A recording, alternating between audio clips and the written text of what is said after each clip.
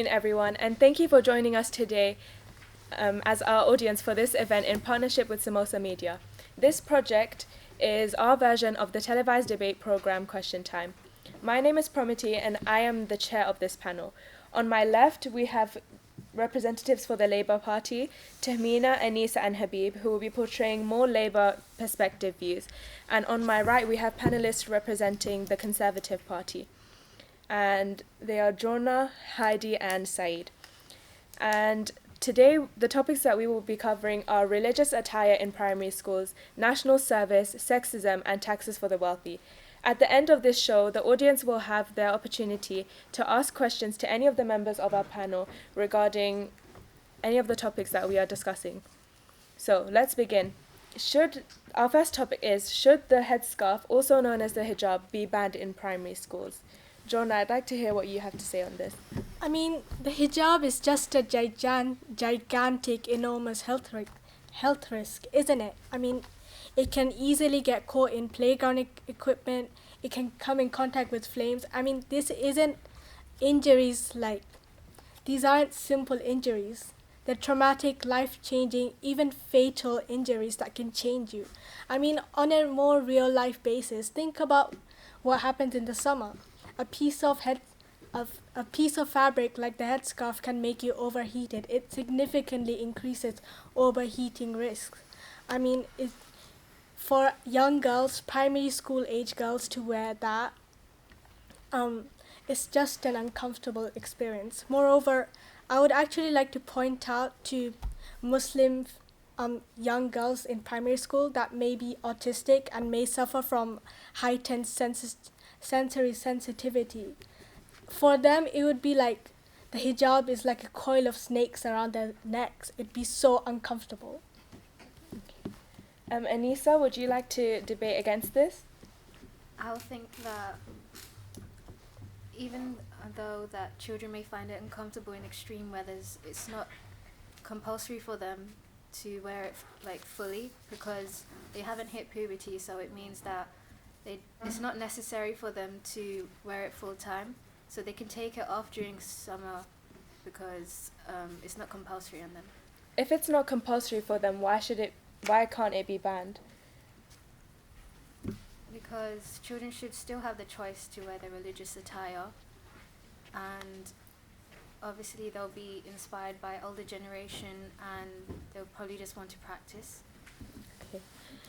Heidi, how would you respond to the argument that the choice of wearing the hijab is more important than the banning of it in the first place?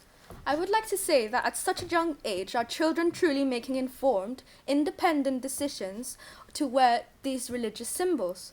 I would like to say, yes, although they may be practicing for later on in life, we have to remember that these are kids which can be as young as 6 years old. Can you truly expect a kid as young as 6 to wear a religious symbol that has adult connotations? Is this a choice, or is this the parents' choice? How would you argue against people saying that they are just learning how to wear the hijab at a young age and they might just be doing it for fun because they're looking up to the older generations? Naturally, children are of course inclined to follow what their parents say. However, I must also point out that children do not see the hijab as fun. Well, they may see it as looking out for their parents because, as we say, they are naturally inclined to follow their parents' choices. But let's say that if you're a kid and you want to become a doctor, would they make you wear a stethoscope from year 6? Or if you want to be an astronaut, should we require them to wear a helmet when they cannot even choose their own lunch? Okay, thank you. Tahmina, would you like to argue against this? I think Heidi is definitely taking an oppressive stance to the choice of wearing the hijab. Like you said, they are simply just children who are looking up to their parents. It shouldn't be taken into a bad way. How would we ensure that children are not being forced to wear it if we're not implementing this ban? It's the teacher's responsibility to look out for the children. Saeed, how would you argue how would you argue against the viewpoint that the choice of wearing the hijab is more important than the ban? When I go abroad, with people without hijabs, they get told, you have to wear the hijab. That's not right. And I feel like we should apply the same stances in our country. What has this got to do with primary school children? Because the country is like the parent of the people. We must teach the people what to do, what's right and wrong. So wouldn't you say that the choice is more important than what the country has to say to the young children of this country? You say that again? Wouldn't you say that the choice of wearing the hijab is more important than what the country has to say about it? No. Okay, can you please elaborate on that? I feel like the hijab is a oppressive item made for people to wear. Habib, how would you respond to those who argue that the hijab is an oppressive piece of religious clothing? Yeah, I think young children should have the freedom to choose their own clothes. So, like for example, you might see children wearing trainers. I think they should be allowed to wear trainers. Just like so, if you apply the same ideology, the hijab, there might be some girls who actually like to wear a piece of fabric around their head. So they actually might like it. Okay. But what do you think about the hijab being labelled as an oppressive item? Hijab is the thing with the hijab, right? If you're calling it oppressive, that's not nice. So you gotta understand that some people have religious beliefs and they gotta follow their religious beliefs. So if you're having the conservatives using the conservative ideologies to come here and say hijab is oppressive, I think that's very offensive. Okay. Anissa, what would you say to people who are questioning if children can really make their own decision to make the hijab, as they are really young and they probably don't understand the meaning behind it? Well, children would have a certain amount of knowledge of their religion when they're younger, as they'll be learning it at home as well as school, because they do religious education in school. So they'll be more aware of their religion, and that way they can make their own choices. Okay. Heidi, would you like to expand? I would like to disagree. First of all, how dare you compare the hijab with a piece of fabric? Shouldn't the hijab be seen as what it needs to be seen as, a respectful, important symbol of the religion of Islam? How would you compare that? How would you compare trainers to a religious symbol? How can you compare fashion to a religious symbol? Furthermore, I would like to point out that we, as conservatives, are not taking an oppressive approach. We are instead taking a protective approach. We want to protect all children. We do not want anyone to feel excluded. Furthermore, I would say that it should not be imposed on them. Yes, we are talking about primary schools. Primary schools should have the choice whether they should prohibit or not prohibit the hijab. That should be left to individual primary schools. But then, a solution to this could be a uniform policy. Maybe the children can feel united this way without having any presence of religious symbols. We can opt for a more secular approach. Therefore, we unite the children instead of dividing them. Thank you. Jonah, what if people argue that teachers are not fully capable, especially non-Muslim teachers, they are not capable of understanding the true meaning behind the hijab, and therefore they shouldn't be able to ban it in the first place? I mean, these teachers are at minimum 21, maybe 22 years old. They've went to university. They've had like 2 decades of their life to learn about Islam. And I'm pretty sure they understand what the hijab is and what it connotates. I think that's why they have the full agency to choose. Furthermore, I would like to argue that the fact that only Muslim girls, young girls, are required to cover up, that's going to obviously create resentment and tension between boys and girls. There's going to be a rift, and it's definitely going to break apart the loving relationships and the community we so value in England. Tahmina, would you like to develop further? Jonah said that resentment would be made, but shouldn't in schools we should accept everyone for who they are. Heidi said that their children would be excluded because a young girl might be wearing a hijab, but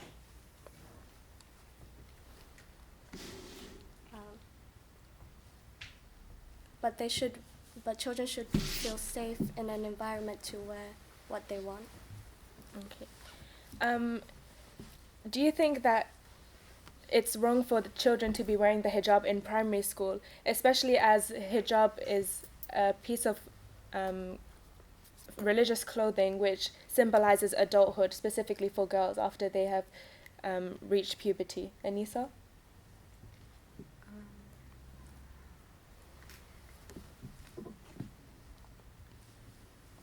Although it's not compulsory for them to wear it at primary school, because as you said, they haven't hit the age of puberty, they may just wear it because obviously, as I said before, they're probably practicing for the future, and they don't need to wear it full time, and it's their choice to whether they want to wear it or not. Okay, thank you. Would anyone else like to add? Okay, thank you, panelists, for your contribution to this question. Once again, if the audience has any questions, you will be able to contribute towards the end of the show. Our next topic is on national service. Should we bring back national service for under 18s? Let's start with the Conservative side. Saeed? Let me set the scene for you. We're the United Kingdom, once great power of the world. We've made many enemies. Like we've got Russia, we've got North Korea, we've got Iran, who have national service. They have millions of people ready to fight for them, once called. How many soldiers do we have? We only have a few hundred thousand that we can call upon if they come and try to attack us. We need to bring back national service to protect our country, to protect our values, to protect everything.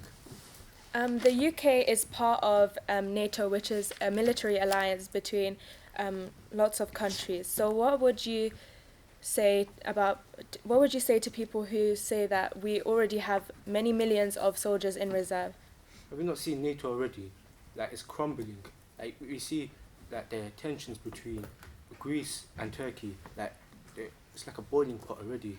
And let's not talk about the other countries that want to fight each other in NATO as well. It's a lost cause, in my opinion. We need to look out for our interests and our interests only.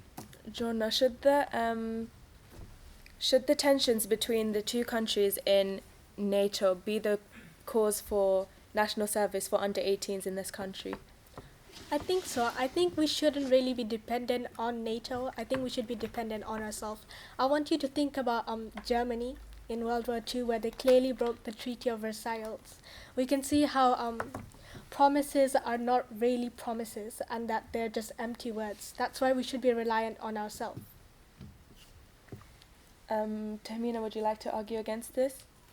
I don't think national service should be compulsory. I think it should be a choice like it is right now, because everyone has the personal freedom to choose what they want to do with their future. It shouldn't be forced upon young adults to push away their career paths to serve their country. Okay, thank you. Heidi, wouldn't you agree that the right to choice is more important than serving your country? Here's the thing. In national service, we are bringing back values which have been lost through generations. For example, discipline, respect, and accountability. These values are important, and they must be brought back to society. Furthermore, I understand the concerns that maybe not everyone is physically or mentally capable to serve a national service. Therefore, I would like to point out that there are many, many non-combatant military roles in which they can take part in. They do not necessarily need to involved in the combatant aspect of it, but there are other branches which they have the choice to join. Okay. The three characteristics that you mentioned, wouldn't under 18s or people who have just finished their education, wouldn't they be able to gain these skills through like further education or going into jobs or going into the workplace? I would like to say that by 2023, 13.5% of 16 to 24-year-olds were unemployed. Where will these people, young individuals, gain their skills if education is not doing enough for them? We can bring national service in order to tackle unemployment. And not only will we tackle unemployment, but as a long-term effect, we can solve and probably improve the unemployment rates and lessen crime rates as well. Thank you. Habib, I'd like to hear what you have to say on this topic. How do you know the ones that you are corrupted will go to war? You see, money tends to draw your lifestyle. Just like during World War II, when there were bombs flying during the Blitz, while the rich were drinking their alcoholic beverages in their palaces in central London. So what guarantee can the Conservatives give that all these corrupted officers will do national services? So what has this got to do with the bringing back national service for under 18s? Do you think we should bring it back? No, because it's going to exclude the rich. The rich children are not going to go to this national service. What if we legalise it for all under 18s who are capable? I don't think the rich are going to go to war. Just like when you saw in COVID, Boris Johnson was doing parties even before he was not supposed to do parties. So that means that the rich children are not going to go to the national service. Anissa, we could keep the rich people accountable when they're applying for national service, but don't you think that that national service should be legalized as to show your respect for your country, especially as they provide free services such as healthcare and transport? I mean, surely everyone would love to, respect what the country does to help them out and what it has to offer, but more people would not want to do national service as especially as it's legal and it's not a choice, because they may have more responsibilities and duties and more aspirations for their future. Thank you. Jonah, what is your response to those who argue that education is more important than being prepared for it during national service? Some people might have the misconception that joining the national service takes you away from education. But I would actually like to argue opposite that, because think of all the life skills that national service can teach you. I mean, if you go into their website, I see opportunities to learn about IT, geographics, and plenty more. So I think national service is just a form of inspiration, really. You can try out different roles and see what you might want to do in the future. Not only that, people will be joining during their holidays, so their summer holidays. And summer holidays is kind of like the time where you have nothing to do. And with the rise of technology, most of the time you're being unproductive scrolling through TikTok. So if you're not being useful to yourself, then why not be useful to your country and also learn useful skills? Okay, thank you. Sai, just because other countries have national service, as you mentioned, in North Korea and Russia, just because other countries have it, why should we? We need to protect our country. We need to protect our beliefs and everything like that. Because, Russia went to war with Ukraine, and that's done a lot to the economy of our country. Imagine a war with us and Russia. It would be chaos and hell. We need to defend our country. We need more soldiers defending and fighting for our country's right to be a state. Wouldn't you argue that coming to more peaceful conclusions is more important than going all out and violent in wars and conflict? Heidi, how would you respond to that? I would like to respond that the chance of war between countries is incredibly unlikely because of mutually assured destruction. we can be sure that by then we would not have a nuclear war. But I would like to add on to what my colleague is saying, and why, if other countries are having it, why should we? Switzerland, Norway, incredibly developed countries. In Switzerland, 90% of young people contributed to a shared sense of unity across the country because they are doing national service. And also, a study from the UK Ministry of Defence shows that individuals that served in national service are more likely to serve in leadership roles or report in better career satisfaction. What else? 25% reduction in long-term unemployment in Norway. Yes, the costs may be high at the beginning, but look at all these positive long-term impacts. Wouldn't we want this as a country as well? Habib, as Heidi mentioned, there's quite a lot of benefits and improvements that we can achieve by implementing national service into our country. So why shouldn't we if it imposes such success for our country? If there was actually something called success for the country, then there wouldn't be economic inequality like currently, like we have, like the cost of living crisis. Because as I told you before, rich people somehow they get out of this. So I don't think the national service would be useful, because the rich people won't be taking the national service, and they won't be learning these life skills. So, but Heidi's point was, if we implemented it into our country, it would make us more successful than we are currently. So wouldn't adding national service help to fix these economic issues? No, because like I told you, there's still economic inequality. So I don't see where the improvement is.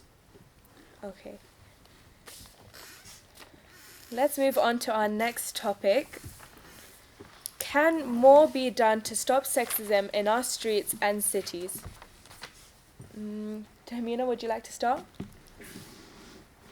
There's no doubt that today the women and girls in our streets suffer from constant threat and danger. It's been reported in 2021 that a staggering number of 71% of women of all ages said they experienced sexual harassment in public spaces. 1 in 3 girls have experienced unwanted sexual attention while wearing school uniforms. Today, the women in our country take precautions to avoid these problems. However, it should be the men that should be held accountable.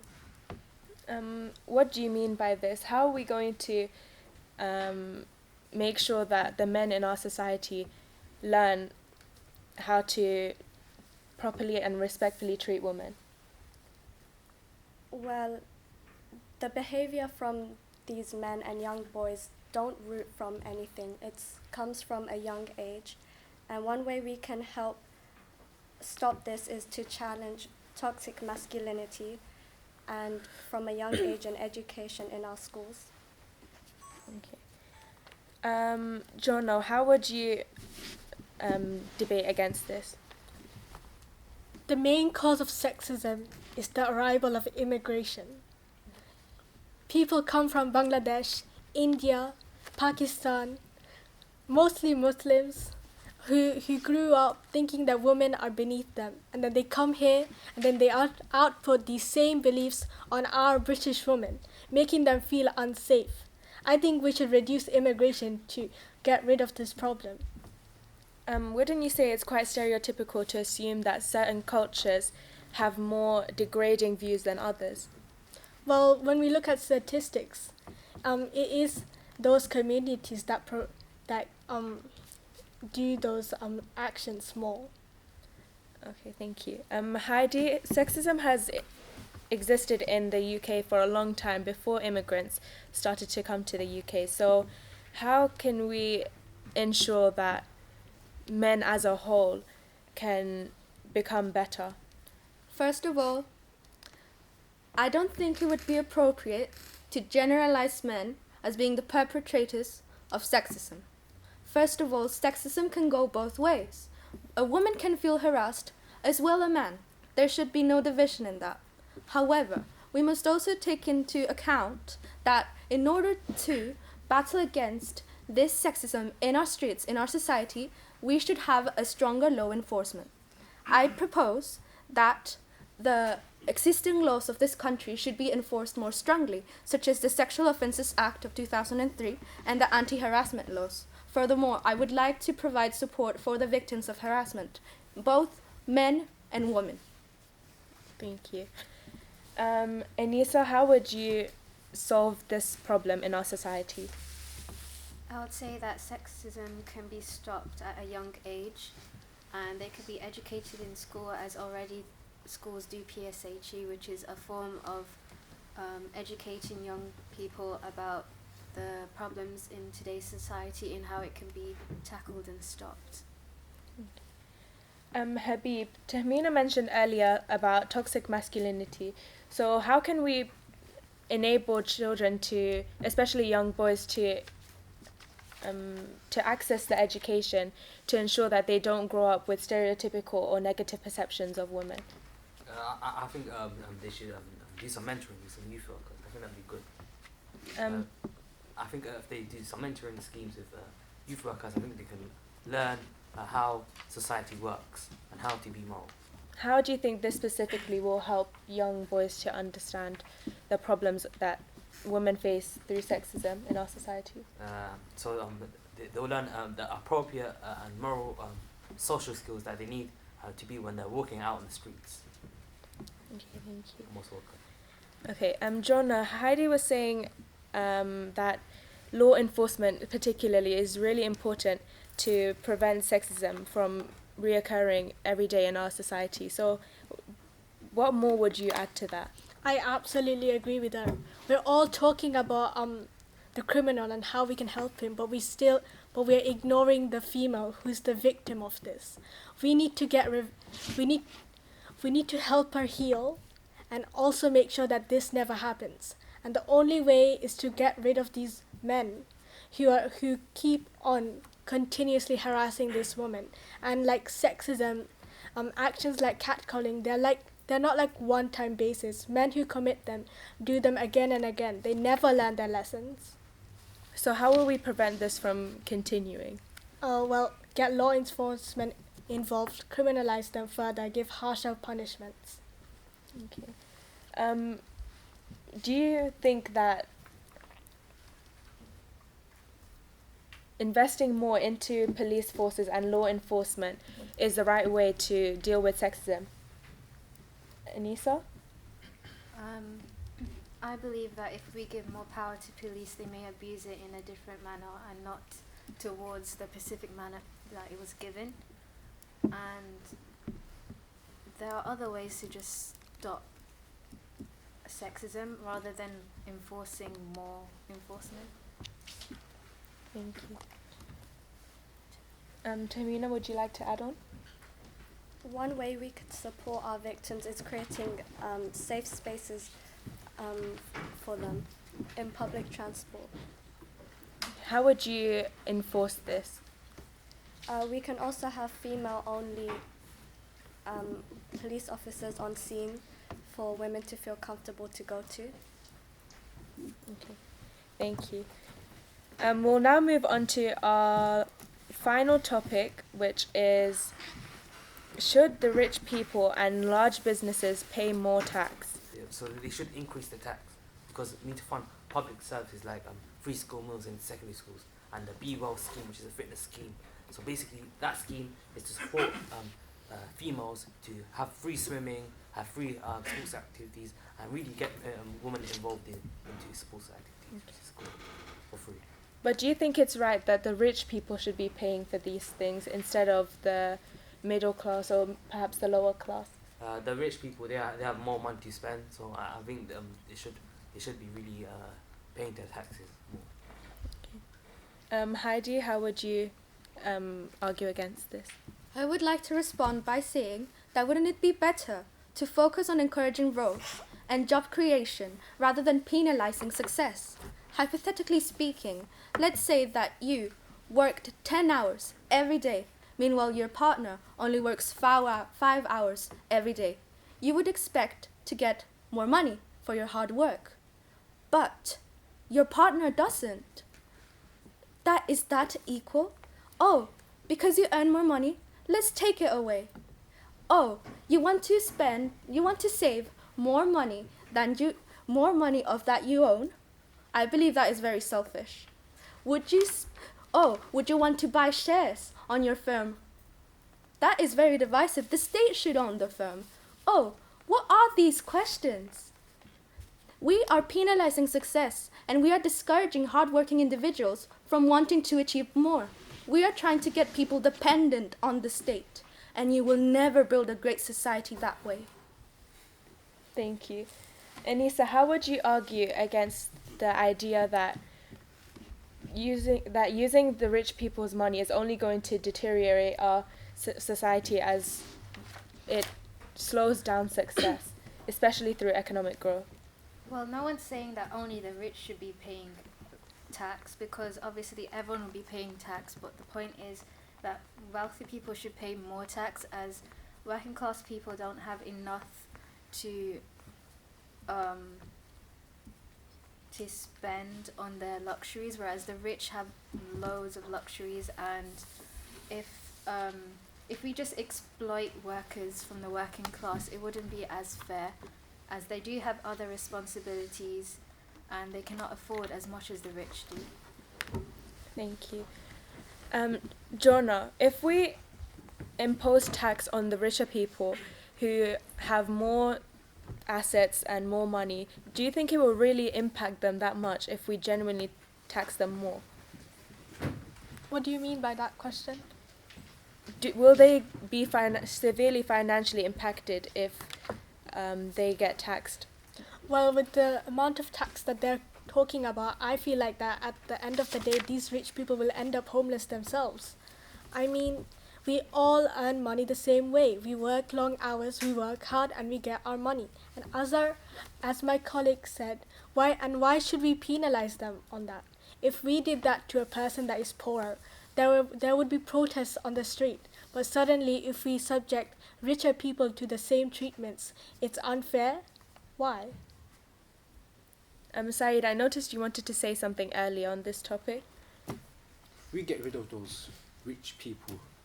Let's think about it. Those rich people, we're going to scare them away.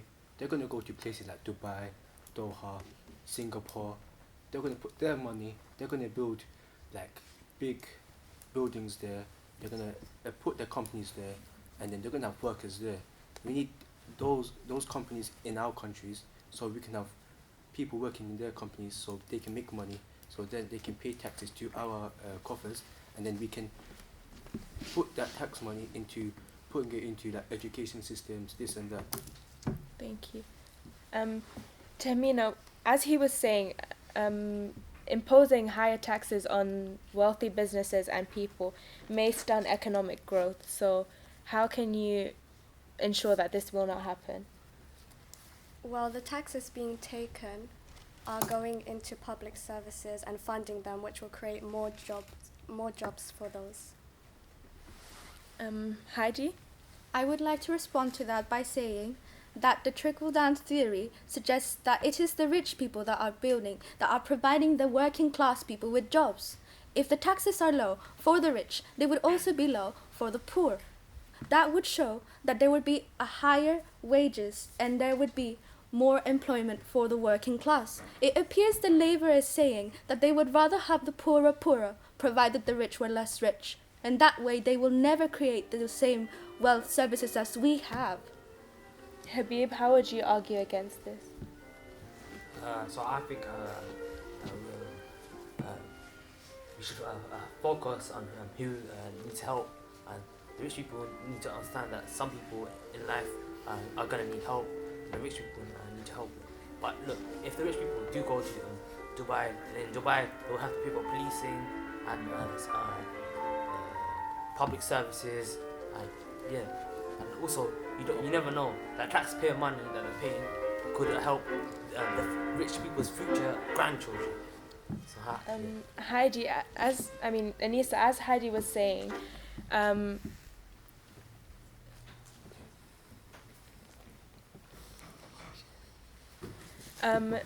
investing more money into taking more money from the rich people can stunt economic growth. So what do you have to say on this? I would say that if that is the case, then the wealthy and the poor working class, they should be given the fair amount of tax. That way no one feels burdened or feel like they're going to run away to a different country and help their economic growth. Said? Like, we're acting like the rich don't give any money to the poor people. Like, we see so many schools, like some schools are owned by like rich companies, like in London, in across the country, that they're funded by the rich people. Of course we have to give them benefits, like, you know, a free tax year, or like, you know, lower taxes, but they're investing into our future of a country. Tahmina, how would you respond to the idea that it's better that rich people are paying more, even if it means that poor people become poorer? Well, when we're talking about a rich person getting taxed, the difference between a rich person getting taxed and a poor person getting taxed a lot is that a rich person would still have a roof over their head, they will still have food to eat, they will still have a bed to go to sleep in. However, a poor person who clearly cannot afford to pay such high amounts of tax, why should they? Rich people paying more tax will narrow the gap between the economic inequality. Heidi, wouldn't you say that the financial security of poorer people is more important than the money being taken away from the rich people? The thing is that by saying that we should take taxes away from the rich, it is as if you're saying this is a way of solving the inequality, when in reality it is not, because you are not tackling the roots of inequality, and those are the access to education skills and development. Furthermore, you're talking about a gap. The gap right now would be this, but you would rather for it to be that. It would not solve the economy. Also, that argument is false, because it does not only benefit the wealthy, it benefits the workers too. If the wealthy, the business, the corporations, they get taxed, there will be unemployment because they have to cut down costs. Wouldn't this lead to the exploitation of the working people? How in the world is this equal? Anissa, how would you answer that?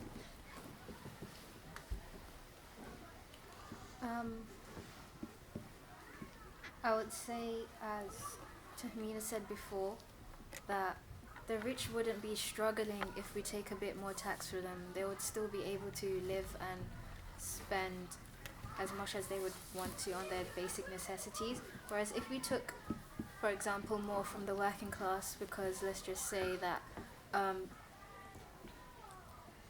that most of them are unemployed and they don't have any jobs, they're lazy, wouldn't you say that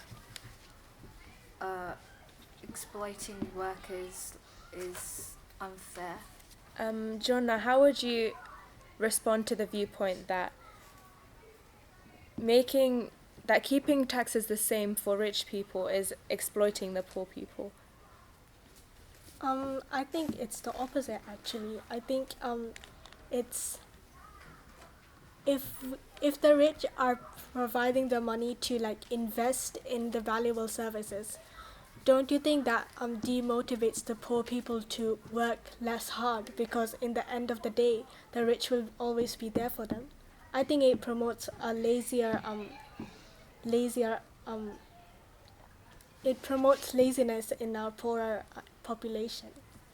But isn't the financial security of the poor people more important than the money being taken away from the rich? I mean, the rich can use that money to pay the poor higher. Can they not? Thank you.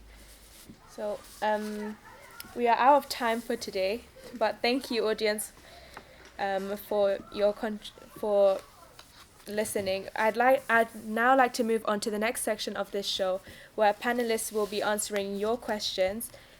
Feel free to ask anything about any of the topics that we have discussed today. Going to the question about national service, I was just wondering, what would you think the public's reaction be to making national service like a compulsory thing when they might view it in a negative way, as that might actually hold them back from their future careers. For example, doctors already have to spend 5 years in uni to get their medical degree to be trained to become a doctor. Wouldn't you think that national service would hold them back from that?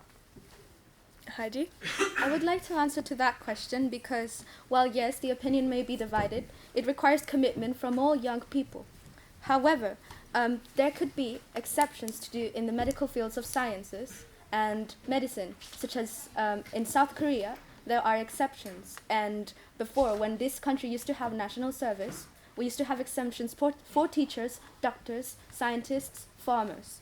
I would also like to say that the flexible policy could address the concern to do with the doctors, junior doctors, not getting the experience they need. Because we can take into account that national service can provide them with actual world experience in how to treat people. They do not necessarily need to be put back. Thank you. Jonah, if the public opinion is that national service should not be implemented into law, but we still bring it back to benefit our nation, wouldn't you say that it goes against democracy? I mean, I don't really think that it goes against democracy because, well, think about school. All our young children need to go to school. It is compulsory. Does that remove our democracy? I don't think so.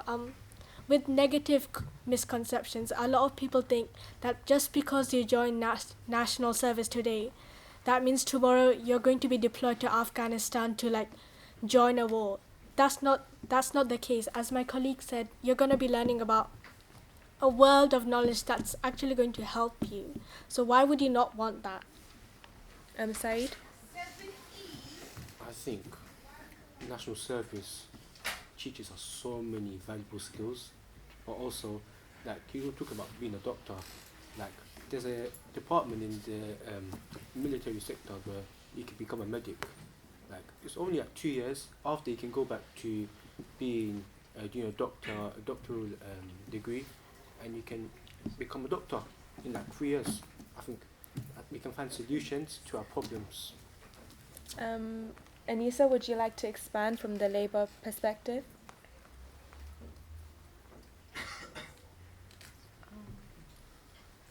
What was the question?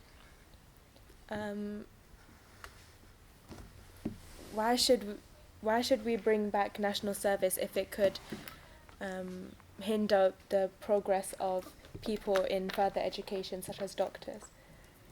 National service is beneficial, but if a certain minority of people do not want to do national service along with their education, then they don't really need to do that. So do you think it should be optional? Yeah. Okay. Tamina, would you like to add anything further? Like Anissa said, the Labour Party believe that national service should be an option. There are many things to take into consideration when a person would choose to join the army. There are moral and ethical concerns that the person could oppose to participating in violence and warfare. And there are many situations, and Sai talked about how there are problems, but that doesn't necessarily mean that we should resort to violence to solve them. There are many diplomacy that we can use. Thank you. Any more questions? Can I ask Flora a question? Why did you specifically choose to categorize South Asian people in your answer, and where did you get that data from? And don't you think that it came across a bit as discriminatory, and don't you think that's a problem within society as well? I understand that it might come across as racist, but it's these countries that have a large Muslim population. I think Bangladesh is in the top 10 for the largest Muslim communities, and the thing is that Islam teaches you to teaches that men and women are different, and that and that men actually have the higher power over women. So I think a lot of people immigrate here obviously for a better future, and that naturally they also like bring in those attitudes with them. You didn't answer my question. I asked you about the ethnic group that you decided to hone in on in your answer, not religious aspects or your answer. That's not what I asked. Yeah, but those ethnic groups are more likely to be Muslims.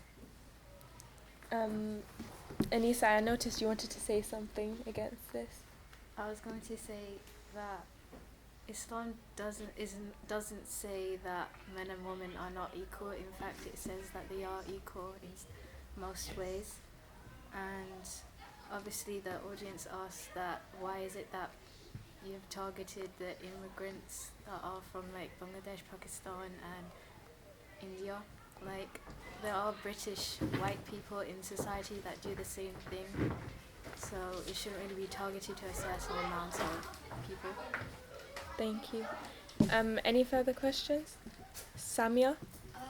So Jonah, you keep pointing out that Islam really emphasizes that women should be more submissive to men, but wouldn't you say the Bible also has similar connotations? What would you say about that? With the Bible, the meaning of it changes with time. As we become more modern, many Christians like to interpret it different ways. So in that way, their attitudes with it changes. But with the Quran, interpretations of it is much more stricter. Okay, I think we have time for one final question at the back. I have a question about raising taxes. Wouldn't raising taxes for the rich do more harm than good? Regardless, the most affluent people tend to evade tax. So raising them would do the opposite of good because they would be encouraged to evade the most.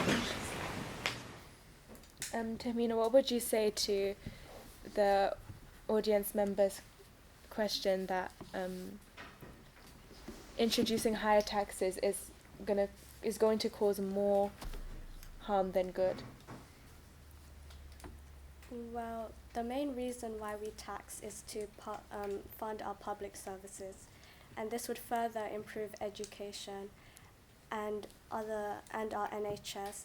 And like the Conservative side said, that we have to go to the roots of unemployment, and they said one way to solve that is to provide better education. So with the taxes that we take from the rich people, that is one way to help improve our education to reduce unemployment in the future. Okay. Thank you. We are out of time for today, but thank you, audience, for your contribution to this debate. I'd also like to thank our panelists from both the Conservative and the Labour side for their inputs in our discussions today. And I'd also like to thank the production team who worked behind the scenes to set up this event, and also to Natalie and Anwar from the Samosa Media to help this project.